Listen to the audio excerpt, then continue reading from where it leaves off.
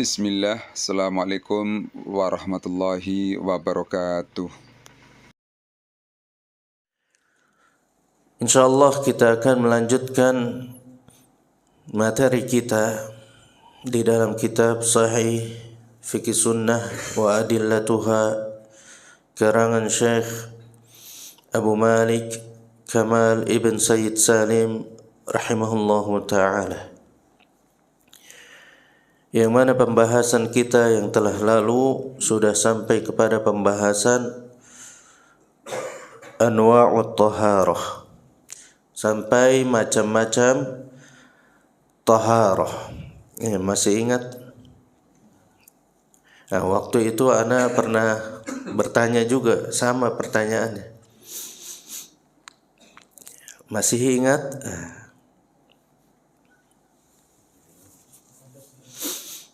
Ada berapa macam taharah? Kursinya otomatis. Udah coba? Belum ditarik. Iya pendek. Ya. Kayaknya keberatan. Ini lidahnya di sini kesenggol kaki. Jadi ini ada lidah kena belakang kaki.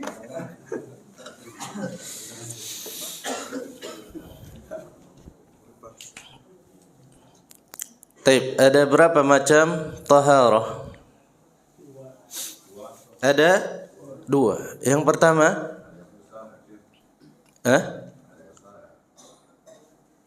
Enggak kedengeran apa?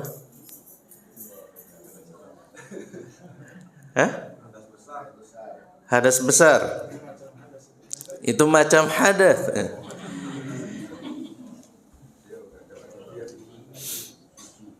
Yang pertama,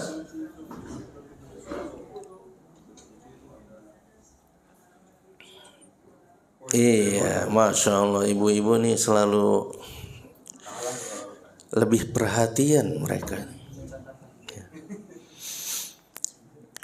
Taharah hakikiyah. Yang kedua taharah hukmiyah. Taharah hakikiyah itu berkaitan dengan pensucian dari najis atau khabath, sesuatu yang kotor namun secara zahir, nampak, yang melekat pada badan manusia, pakaian manusia, tempat untuk ibadah. Ini najis. Taharah di dalam kenajisan.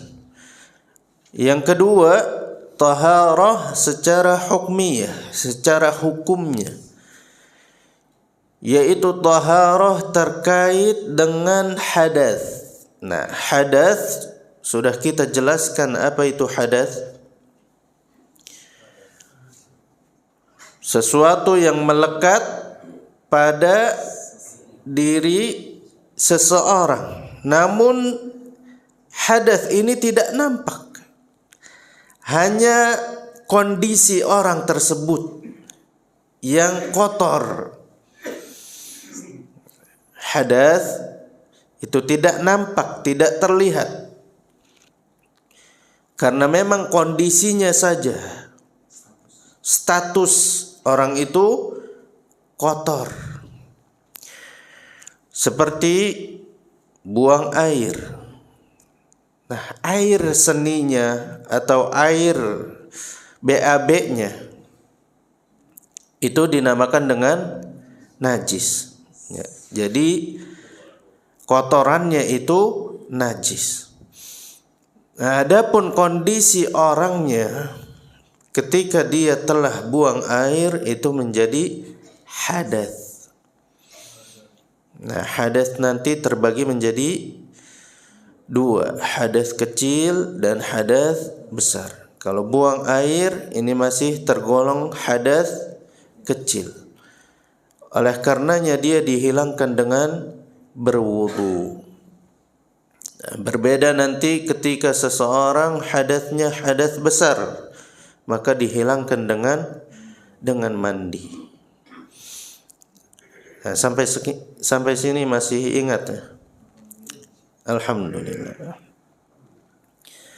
Tapi kita akan jelaskan satu persatu dari bagian taharah ini. Yang pertama, taharah dari kenajisan. Taharah dari kenajisan.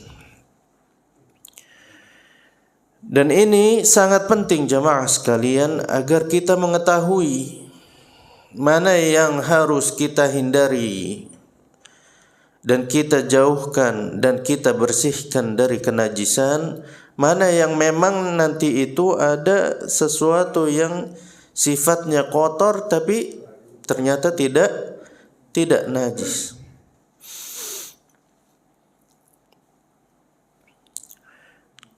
Tapi kalau yang punya PDF dibuka halaman 71 kalau ada. Belum di print ya, belum dibagikan ya. Belum diumumkan. Baik, kita lanjut. Anwa'un najasat. Macam-macam najis. Macam-macam najis. Adapun pengertian najis itu sendiri sudah disampaikan ya, tadi. Sudah disampaikan bahwasannya najis itu sesuatu yang kotor, yang jorok dipandang syariat. Jadi dalam pandangan syariat, bukan pandangan manusia. Yang mana seseorang itu wajib untuk menjauhkan dirinya dan membersihkan dari kenajisan tersebut. Taib, macam-macam najis. Ya, ada banyak poinnya. Jadi harus bersabar ya. Harus bersabar. Ustaz, ana udah pengen sampai bab nikah nih. Aduh. Masih lama ya. Ini bab taharah aja mungkin kita sampai lebaran. Belum tahu nih habis atau enggak. Ya, bentar lagi ya. Ramadan, Masya Allah. Tidak terasa. Berapa bulan lagi? 4 ya. Jumadil awal, Jumadil akhir, Rajab, Sya'ban. 4 bulan lagi. Enggak terasa. Kemarin kita di bulan apa? April. Nah, tahun ini di bulan Maret. Awal Maret. Ya bisa jadi nanti Januari kita sudah Ramadan. Masya Allah.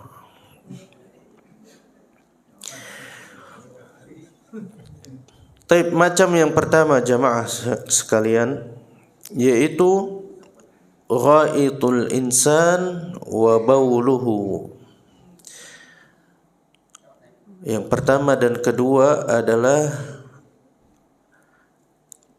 kotoran manusia, baik yang keluar dari jalan depan maupun jalan belakang. Tapi yang dimaksud di sini adalah air kencing dan BAB, kotoran BAB. Karena nanti ada cairan atau sesuatu yang keluar dari jalur depan itu ada beberapa macam. Ya, yang dimaksud di sini yang pertama adalah air kencing dan BAB. Dalilnya apa? Sebelum kita lanjut, ketika kita membahas tentang sesuatu yang najis, maka tidak usah kita mencari dalil tentang kesucian dari sesuatu. Tidak usah mencari dalil tentang kesucian sesuatu. Karena pada asalnya sesuatu itu suci. Kaidah ini. Kaidah yang harus dipegang di luar kepala. Jadi sesuatu pada asalnya itu suci. Semua batu, air, dan lain sebagainya.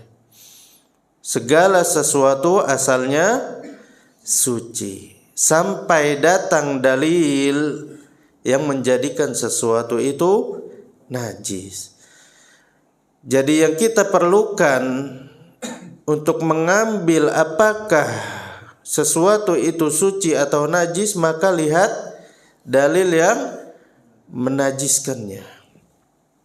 Jadi tidak usah mencari dalil sesuatu yang suci. Kalau ditanya, air itu najis atau suci? Mana dalilnya? Tidak usah ditanya. Walaupun memang ada dalilnya, tapi tidak usah ditanya mana dalilnya. Karena sesuatu pada dasarnya itu suci. Jadi yang harus dicari adalah dalil-dalil yang menunjukkan bahwasannya sesuatu itu najis.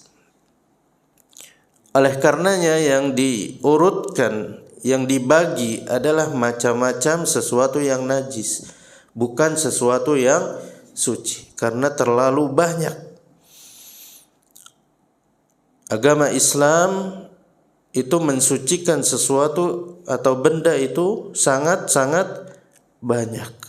Adapun yang najis yang harus dihindari itu sedikit. Nah, dalil dari kotoran manusia, air kencing maupun kotoran BAB, yang pertama, jadi ada beberapa dalil yang menunjukkan hal ini najis. Yang pertama adalah bahwasannya syariat Islam memerintahkan seseorang untuk beristinja. Apa itu istinja? Kalau bahasa kita apa? Nah, cebok.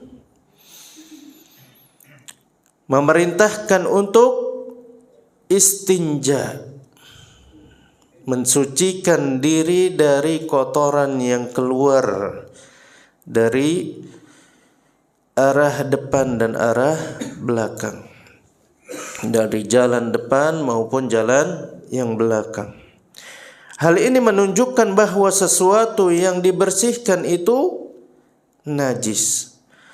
Kata Nabi sallallahu alaihi wasallam, "Idza wati'a ahadukum bina'lihi al-adha fa inna at-turab lahu tahur." Dalil yang pertama, apabila seseorang menginjak suatu najis dari kotoran manusia pada sandalnya, maka debu atau tanah itu menjadi pensucinya. Nah, ini menunjukkan bahwasannya kotoran itu najis karena harus dibersihkan.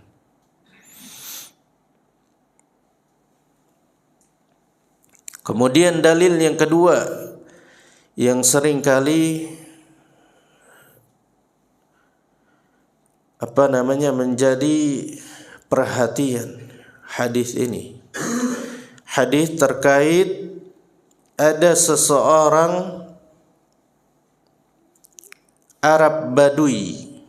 Nah, Arab Badui ini kalau kita itu orang-orang yang berada di pelosok desa. mereka berkunjung atau dia berkunjung ke kota Madinah. Kemudian orang Arab Badui ini buang air kecil. Tapi buang air kecilnya bukan di tempat yang selayaknya dia buang air, tapi di Masjid Nabawi. Jangan kita gambarkan Masjid Nabawi yang dulu seperti sekarang, ada marmernya, sudah enak semuanya. Tapi kalau dulu tidak ada lantainya, masih pasir, masih tanah. Dan tandanya pun, tiang-tiangnya pun hanya ditandai oleh pohon-pohon kurma. Akhirnya orang Arab Badui tersebut kencing di Masjid Nabawi. Kemudian ada seorang sahabat yang ingin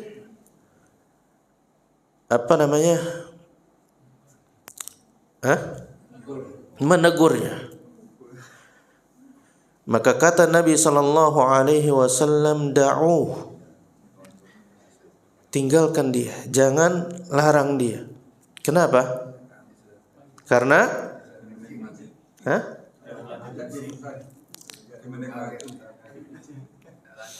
enggak lancar kencingnya.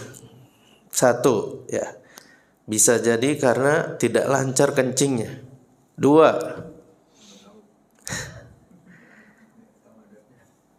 agar najisnya itu tidak tersebar kemana-mana. Yang ketiga, auratnya nanti pun akan terlihat. Yang namanya orang kencing ya udah, kalau di ini kan kemana-mana. Nah, makanya Nabi SAW melarang sahabat tersebut untuk menegur orang Arab Badui yang sedang kencing buang air.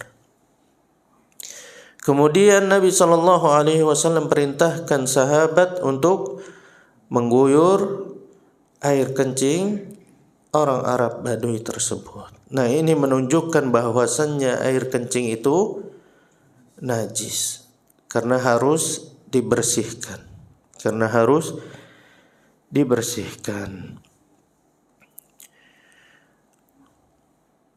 Nah, ini jelas tentang kenajisan dari kotoran manusia, air kencing maupun kotoran BAB-nya. Dan sepakat para ulama di dalam kenajisan keduanya. Tidak ada yang berselisih pendapat. Kalau di sini ada yang selisih? Enggak ada?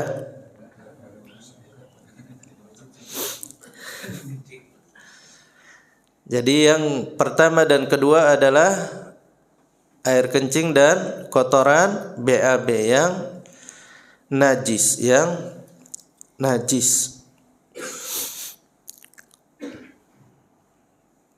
Jadi hati-hati jamaah terhadap kedua ini, karena ini yang selalu melekat pada diri kita. Maka harus kita berusaha untuk menghindarkannya, terutama air kencing yang tidak terlihat, yang menyiprat ya kepada pakaian kita. Ini harus hati-hati. Karena di antara syarat sahnya salat seseorang kemarin apa? Terhindar dari sesuatu yang najis. Kalau ada sesuatu yang najis pada diri kita, batallah salat kita. Tidak diterimanya salat kita. Oleh karenanya ada dua orang yang diazab di dalam kubur. Karena yang pertama tidak terhindar dari kenajisan. Akhirnya salatnya tidak diterima. Inilah penyebab seseorang diazab dalam kuburnya. Ini baru dalam kuburnya, apalagi nanti ketika di akhirat lebih besar lagi. Ya kalau sudah diazab di dalam kubur, ya otomatis ini menjadi mesin otomatis seseorang akan diazab di dalam neraka.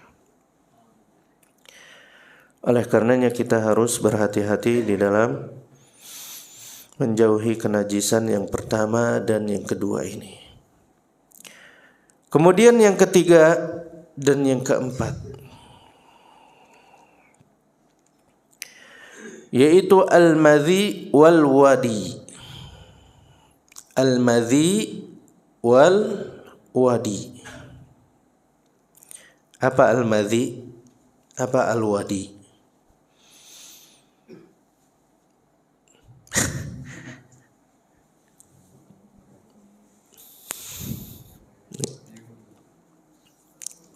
Tapi sudah pernah dengar ya? Barusan. Udah lama. Dari umur berapa?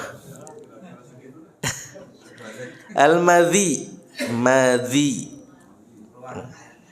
Iya, keluar air dari depan. Kemudian mimpi. Nah, ini mani namanya.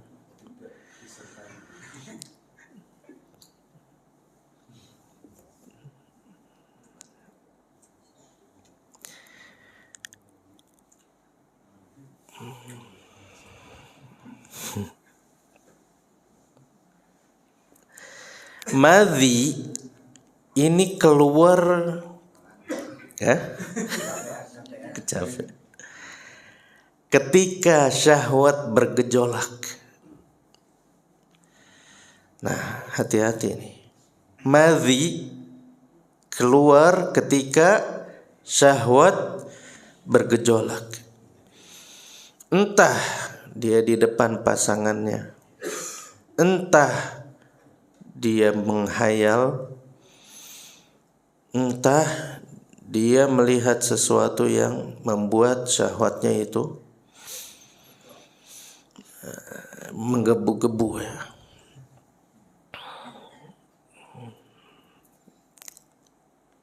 Jadi madhi ini keluar ketika syahwat bergejolak. Tapi dia keluar tidak dengan rasa nikmat,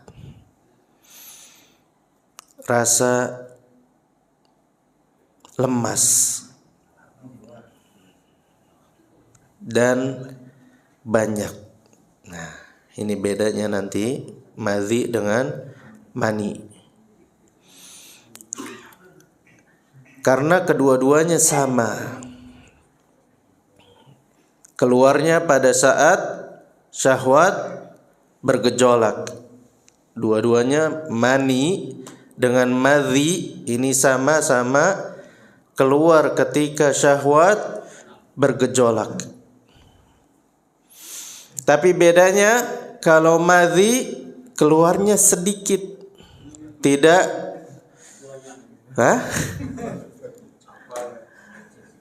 tidak secara tadafuk, muncrat ya, nyemprot, dan tidak banyak. Kemudian ketika keluar pun tidak terasa lemas. Ana juga nggak ngerasa lemas Ustadz. Kalau keluar ya berarti ada kelainan. Biasanya seseorang itu lemas.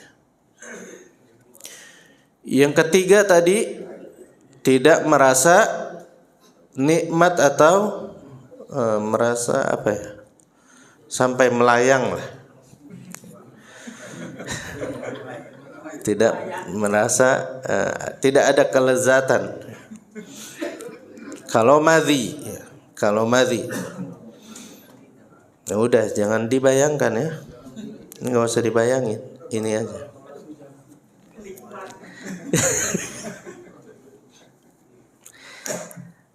Nah ini madhi. Adapun tekstur sama dengan mani, kental, putihnya burem, keruh. Ya itulah, bapak-bapak lebih tahu ya. Kalau ibu-ibu dari perempuan, ana juga tidak tahu apakah ada madhi atau enggak. Tapi biasanya ini laki-laki. Seperti itu. Nah, madhi ini merupakan di antara yang najis. Hati-hati. Ketika seseorang itu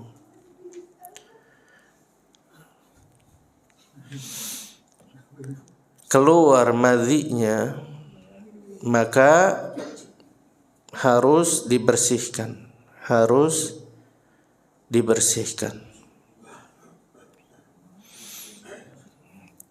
Tapi sebelum lanjut,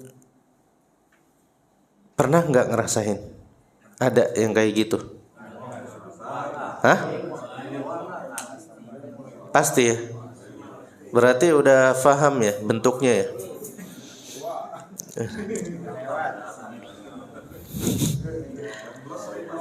Takutnya masih ada yang belum tahu.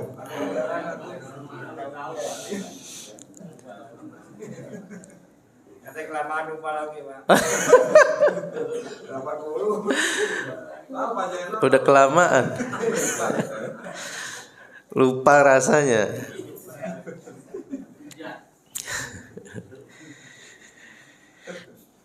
Ya intinya madhi ini termasuk sesuatu yang najis, harus dihindarkan.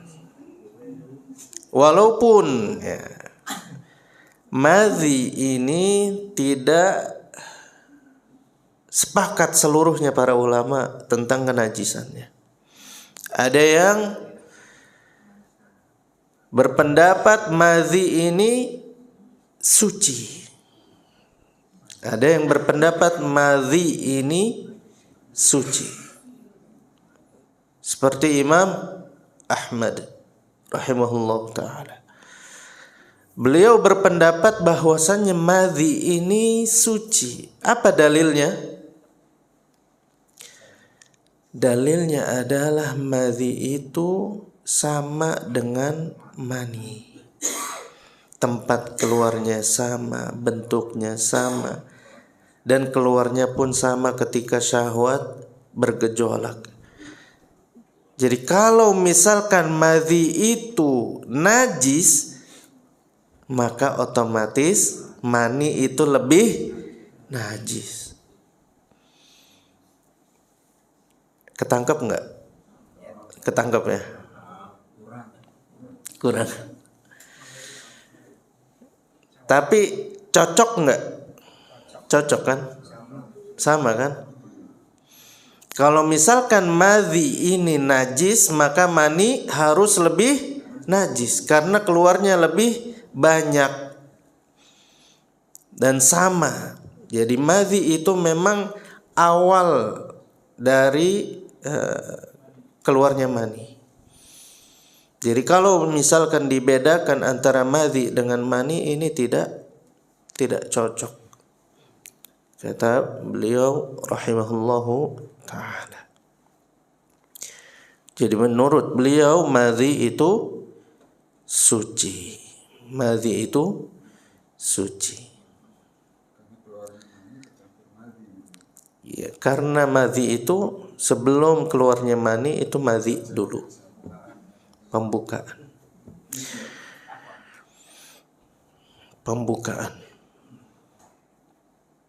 Nah, bagaimana dengan kita? Mana yang lebih kita?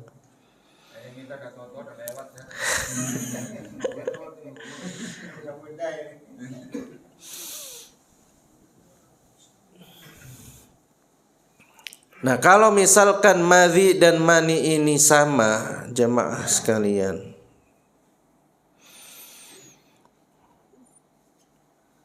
misalkan madhi ini suci, sama dengan mani, maka hukumnya pun harus disamakan. Keluarnya mani membatalkan puasa atau tidak? Nah, kalau nggak sengaja, kalau sengaja batal. Berarti keluarnya madhi pun ketika berhayal atau apapun, keluar syahwatnya, akhirnya keluarnya cuma madhi, maka batal puasanya. Ini konsekuensi, karena disamakan dengan mani. Kalau disamakan hukumnya dengan mani, bisa enggak? Susah. Kalau pas puasa, yang namanya puasa kan syaitannya Masya Allah, ya, syaitan dari manusia. Karena kalau Ramadan dibelenggu setannya, ternyata setannya kita sendiri. Nah, jadi syaitan itu ini sifat ya jamaah sekalian, bukan makhluk. Syaitan ini sifat yang ada pada manusia dan jin. Jadi syaitan itu sifat yang buruk, yang mengajak kepada keburukan. Jadi manusia juga bisa, bukan bisa jadi syaitan, bisa memiliki sifat syaitan. Minal jinnati wan nas. Jadi yang makhluk itu manusia dan jin. Syaitan ini sifat.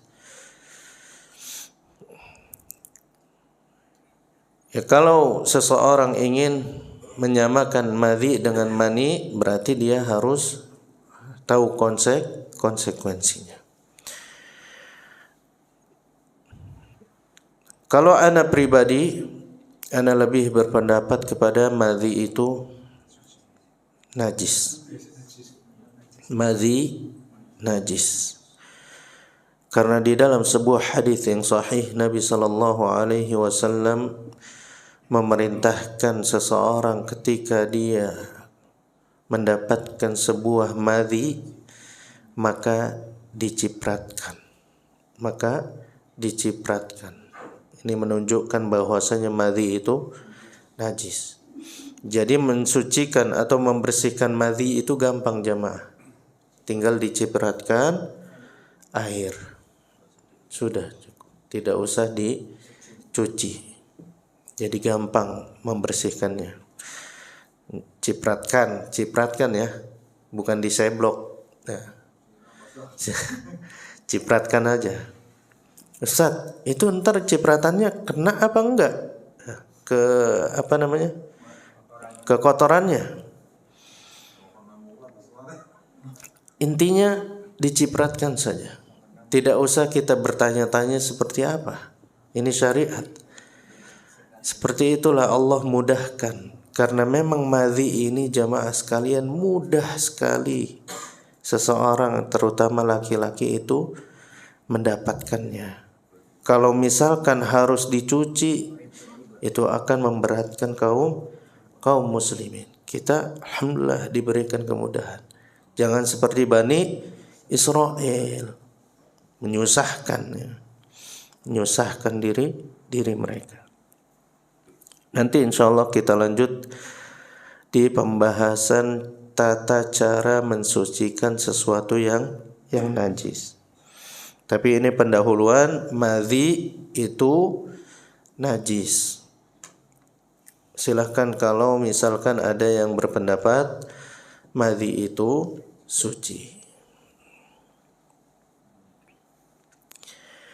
Kemudian yang selanjutnya wadi. Wadi itu tadi ya, ketika rasa lelah datang, tapi ini sedikit sekali ya. Nggak tahu di sini ada yang pernah atau enggak. Kayaknya kalau ana sendiri itu nggak pernah keluar wadi. Ya. Nah, wadi itu keluar ketika ada rasa lelah, kecapean. Keluarnya itu tidak ada rasa. Tidak terasa seperti air kencing, itu biasanya kita kebelet dulu. Tapi kalau wadi ini hampir sama dengan kencing, kuning, tapi agak kental dia. Wadi. Tapi keluarnya tidak ada rasa. Tiba-tiba ada yang basah. Tidak ada yang basah. Ini ada yang pernah enggak ngerasain wadi? Enggak sadar. Itu mengompol ya. Nah, tapi wadi ini juga hampir sama dengan madhi. Keluarnya tidak banyak ya. Keluarnya tidak banyak. Dan bisa keluar sebelum dia buang air kecil atau sesudah buang air kecil.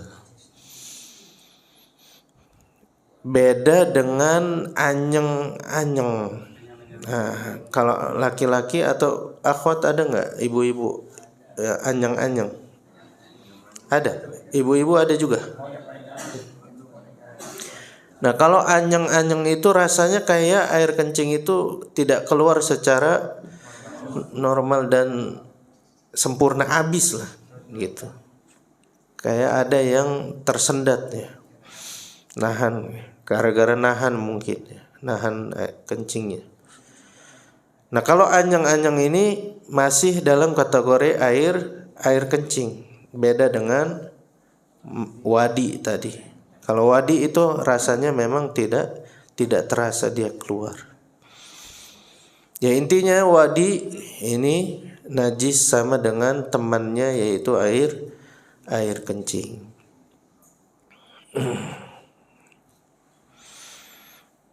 Nah, kalau wadi ini cara membersihkannya sama dengan air kencing. Wadi ini sama dengan air kencing, harus dicuci. Tapi artian mencuci di sini jamaah sekalian jangan kita artikan dengan deterjen, dengan mesin cuci. Kalau misalkan seseorang safar atau yang suka traveling, kemudian celananya atau pakaiannya itu terkena air kencing atau wadi, ini nggak usah repot. Aduh, gimana? Nggak bawa deterjen, nggak bawa ini, nggak usah. Cuci seperti biasa, dikucek, dicuci, sudah hilang. Nggak usah semuanya juga. Jadi yang kena aja, yang bagian yang kena saja, tidak usah semuanya. Nah, ini kadang-kadang yang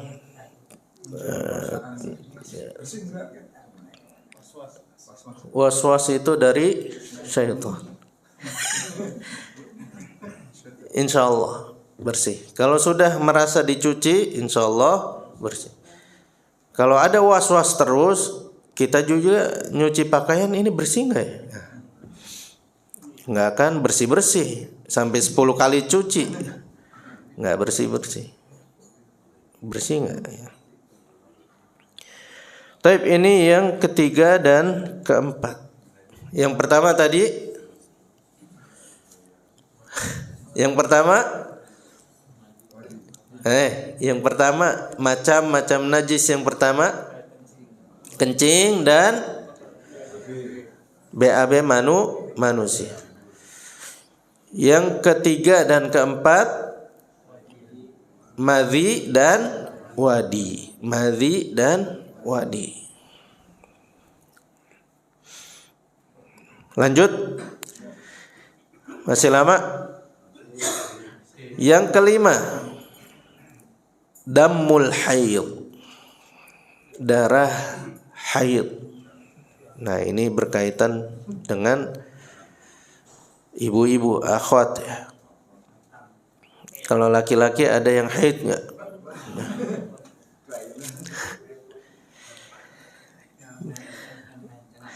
Darah haid. Darah haid ini jamaah sekalian, ini termasuk sesuatu yang najis yang harus dibersihkan ketika kita terkena darah tersebut. Karena nanti darah perempuan itu ada berapa? Ada? Bu-ibu ada? Wah, tidur. Ibu-ibu punya darah ada? Hah? 2. Masya Allah. Darah apa? Darah dingin, darah panas. Darah biru. Ada berapa, Pak? Coba bapak-bapak nih lebih pengertian nggak sama akhwat nih? Hah?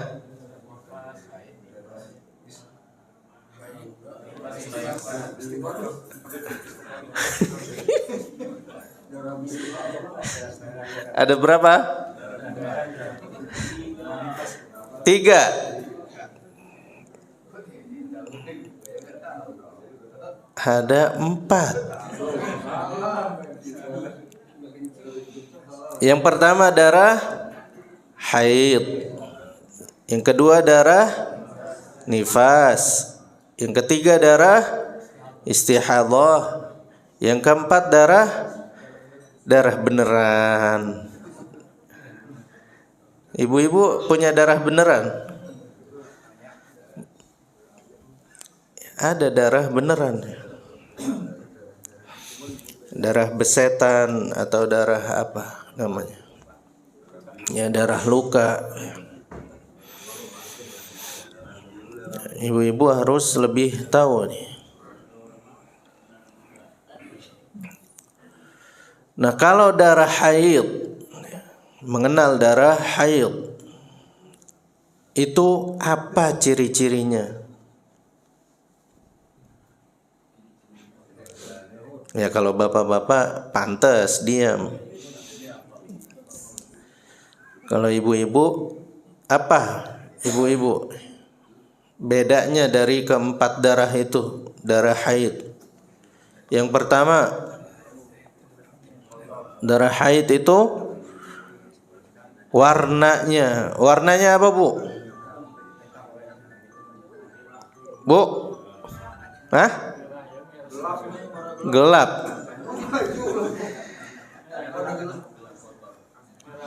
Merahnya gelap apa merah?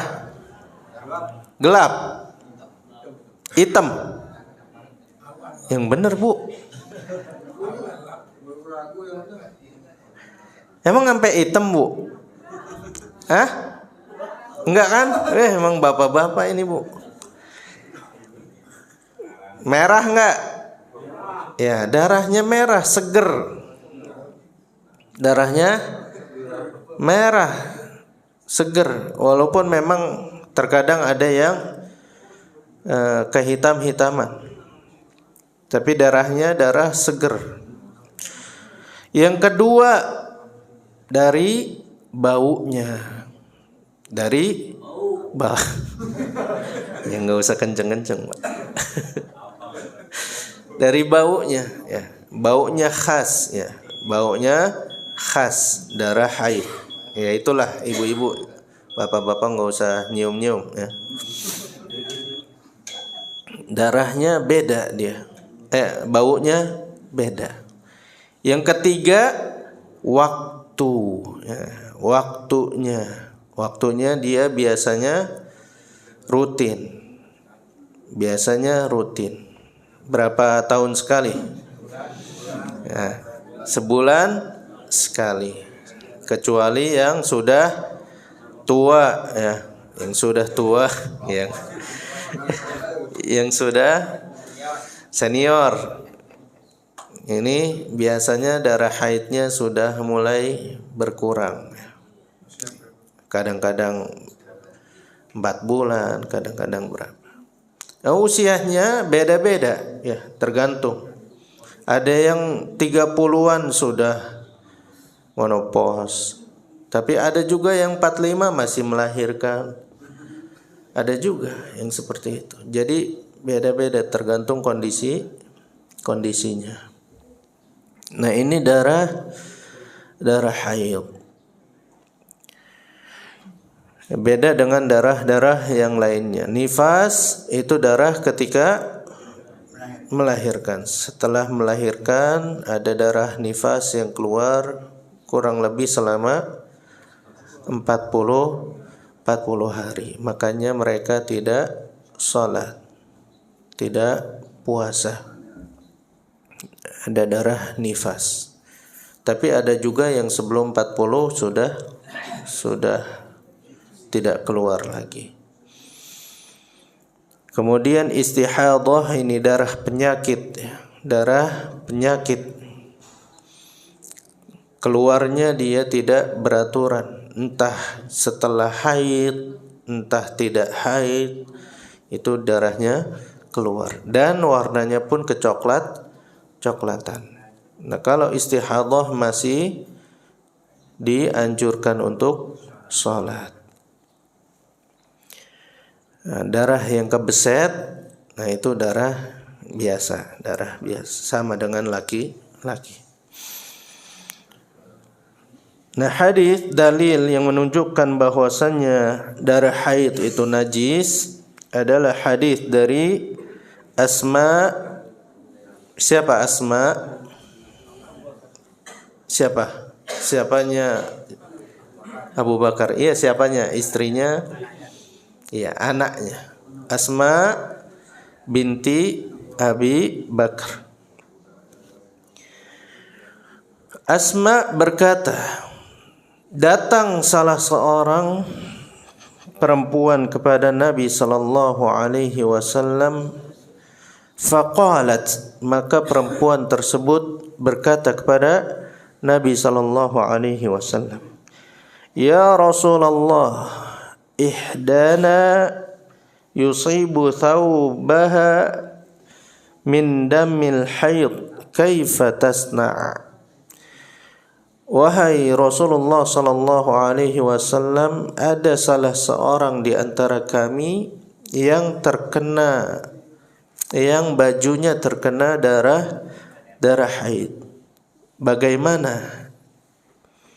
Apa yang harus dia lakukan?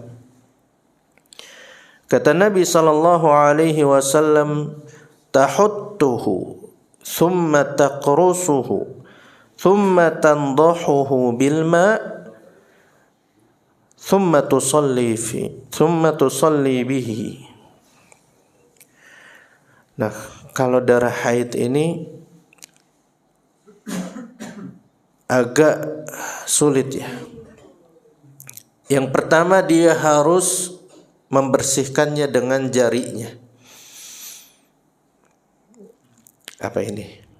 Nah, dikerik. Ya, mungkin darah yang ini sudah mengering.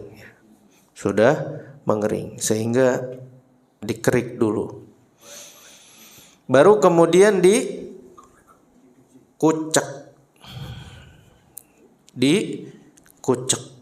Kemudian disiram dengan air. Barulah dia boleh memakainya untuk sholat. Nah, ini cara membersihkan darah haid dan membuktikan bahwasannya darah haid itu najis. Darah haid itu najis.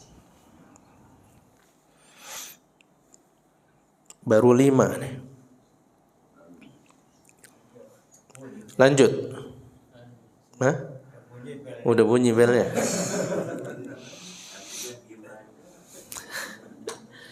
Gimana? Sudah? Pertanyaan? Nah, ini baru 5 macam sesuatu yang najis. Nanti ada sesuatu yang lebih besar lagi. Pasti banyak pertanyaan ya. Yaitu terkait hewan-hewan. Terkait hewan-hewan. Ada hewan-hewan yang najis. terkait hewan. Ya, dari kelima ini mudah-mudahan bisa difahami dan bisa nanti ketika seseorang itu terkena dari 5 hal ini, maka hendaknya dia membersihkannya. Wallahu taala a'lam.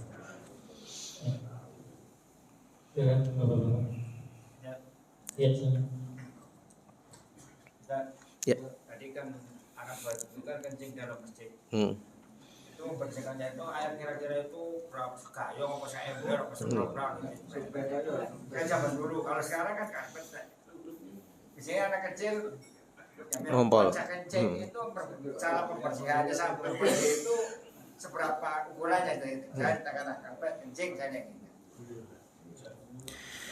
Iya, ketika itu Nabi SAW memerintahkan untuk mendatangkan 1 ember air yang memang kubiknya volumenya itu bisa menghilangkan dari kenajisannya tersebut. Karena mungkin orang-orang dulu juga kencingnya lebih banyak dari orang sekarang. Dulu tinggi besar, bongsor.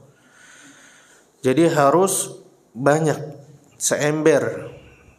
Nabi SAW perintahkan, bukan 1 gayung, bukan. Jadi 1 ember langsung diuyurkan. Ambilkan 1 ember, kemudian tuangkan kepada air kencing tersebut. Adapun yang terjadi sekarang masjidnya, masya Allah, sudah dikarpet, sudah AC. Bagaimana cara membersihkannya? Ya, jangan diguyur, Pak. Semuanya nanti Yang pertama basah semuanya. Kemudian ya kemana-mana. Kalau tanah itu kan langsung resep. Kalau karpet ya nggak bisa. Lebih baik kalau bisa diangkat, kemudian bersihkan yang kotornya dan dikeringkan di luar ya. Untuk karpet. Mudah-mudahan itu sudah membersihkan dari air kencing yang terkena karpet. Allah taala. Dengan laki-laki cipratan kekhawatiran ada cipratan air kencing itu di sana. Paling kencingnya berdiri lagi. Iya, cipratan di sana. Ya, terkait ya sebenarnya ini nanti ketika ada was-was terkena cipratan air atau was-was, nah ini sebenarnya di dalam bab orang yang terkena salasul baul atau kencing beser ya. Jadi beser dia, baru kencing udah mau kencing lagi, terus sampai seperti itu. Salat pun seperti itu. Maka bagaimana dengan hal tersebut? Ketika seseorang mengalami hal tersebut, maka Nabi SAW perintahkan untuk mencipratkan air kepada pakaiannya tersebut, sehingga hilangnya was-was dari orang tersebut. Jadi basahnya bukan basah air kencing, tapi basah dari cipratan tersebut. Tapi kalau sulusul baul yang sudah sudah parah, itu ya harus pakai pempes atau sesuatu yang menghalangi orang tersebut untuk keluar atau mengenai pakaiannya. Nah, adapun yang terkena bagian luarnya karena cipratan air kencing, yang pertama harus digulung atau dilepas kalau bisa ketika buang air. Yang pertama harus digulung.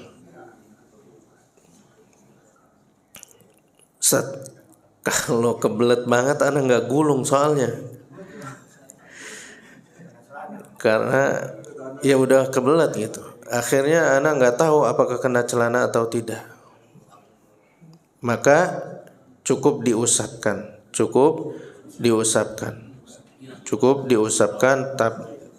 Tapi usapannya itu yang menempel airnya.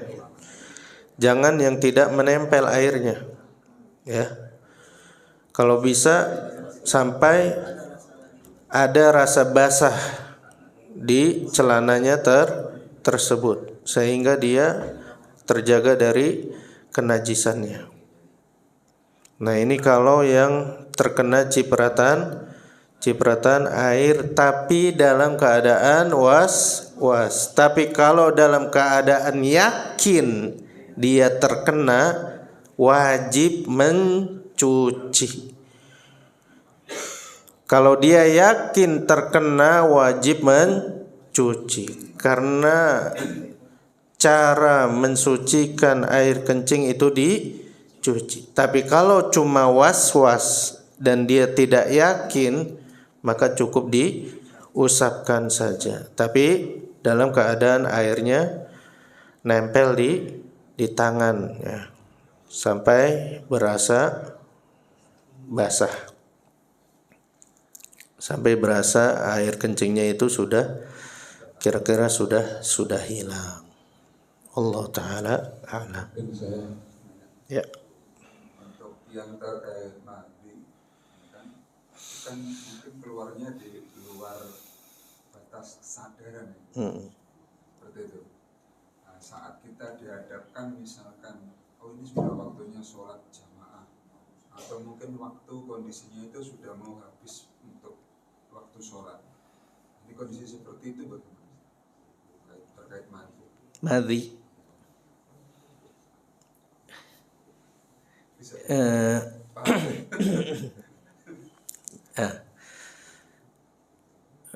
Yang anak tangkap nih ada dua ya.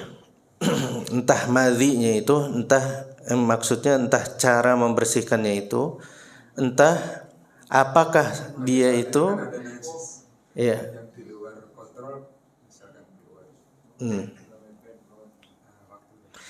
Madhi tapi ya. Madhi apa wadi?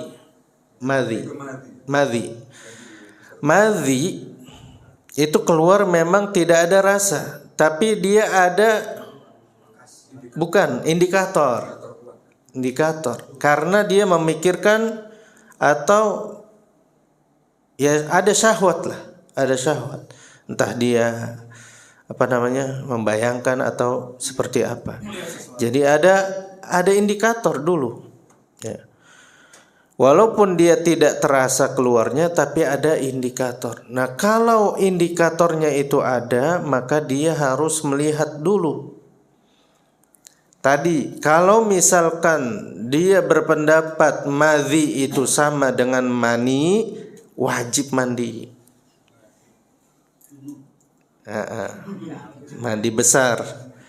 Kalau dia samakan mani dengan madhi, suci misalkan, dia tidak harus membersihkan berarti, tapi wajib mandi. Tapi kalau dia memisahkan antara madhi dengan mani, dia tidak wajib mandi, cukup berwudu, bersihkan berwudu. Nah, ini wallahu ta'ala alam. Kalau madhi itu memang tidak terasa tapi ada indikator. Tidak mungkin dia baca Al-Quran keluar madhi. Masya Allah. Apa yang dia pikirkan? Saat sudah memasuki waktu sholat jamaah atau waktu sudah mau habis tetap sholatnya.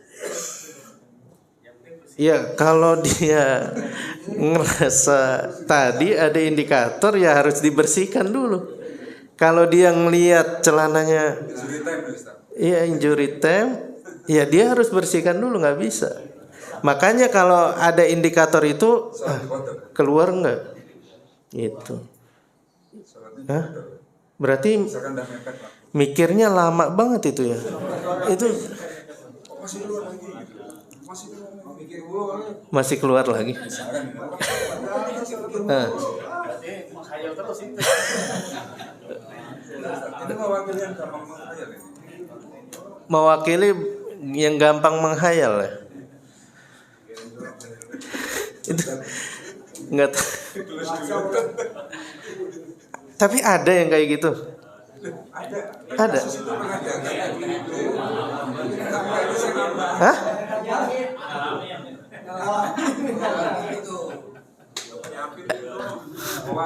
Mewakili.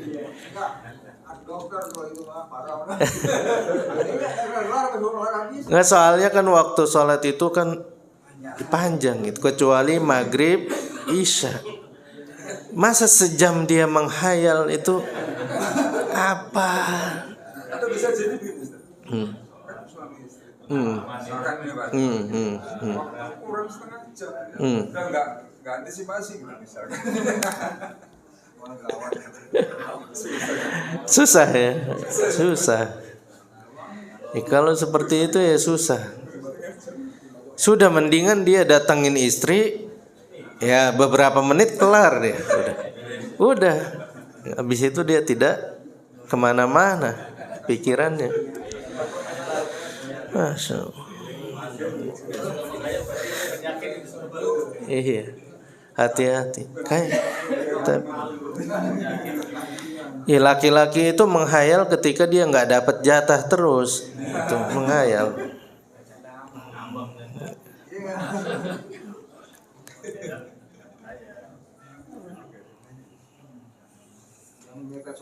Ya kalau misalkan dia tidak bisa sholat di waktunya ya wajib qadha. Wajib. Tapi kalau di qadha juga dia masih menghayal juga ya. Mau sampai kapan dia menghayal itu? Iya. Iya.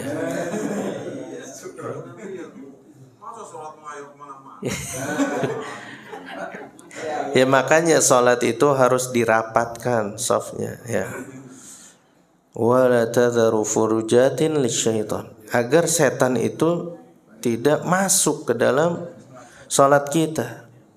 Jadi lebih khusyuk, lebih sempurna. Jadi dirapatkan shafnya. Ustaz, kalau sholatnya sendiri, ya udah itu mah godaannya banyak. Makanya sholatnya jamaah di masjid, kecuali sholat sunnah. Allah Ta'ala, Ana baru tahu ini ada yang seperti itu.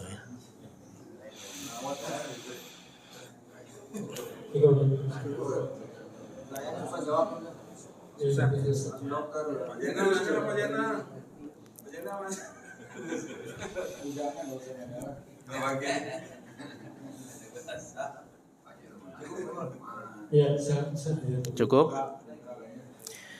Tapi jika tidak ada lagi pertanyaan, kita cukupkan pertemuan kali ini. Mudah-mudahan apa yang disampaikan itu bisa bermanfaat untuk anak pribadi dan kepada jamaah seluruhnya, dan mudah-mudahan Allah mudahkan kita di dalam beramal, dan semoga Allah Subhanahu wa taala memberikan kita kesehatan, keluangan waktu untuk selalu belajar, karena memang manusia ini harus butuh dengan ilmu agar hidupnya itu bisa terarah dan bisa terjaga. Kita tutup dengan doa kafaratil majlis. Subhanakallahumma wa bihamdik, asyhadu an la ilaha illa anta, astaghfiruka wa atubu ilaik.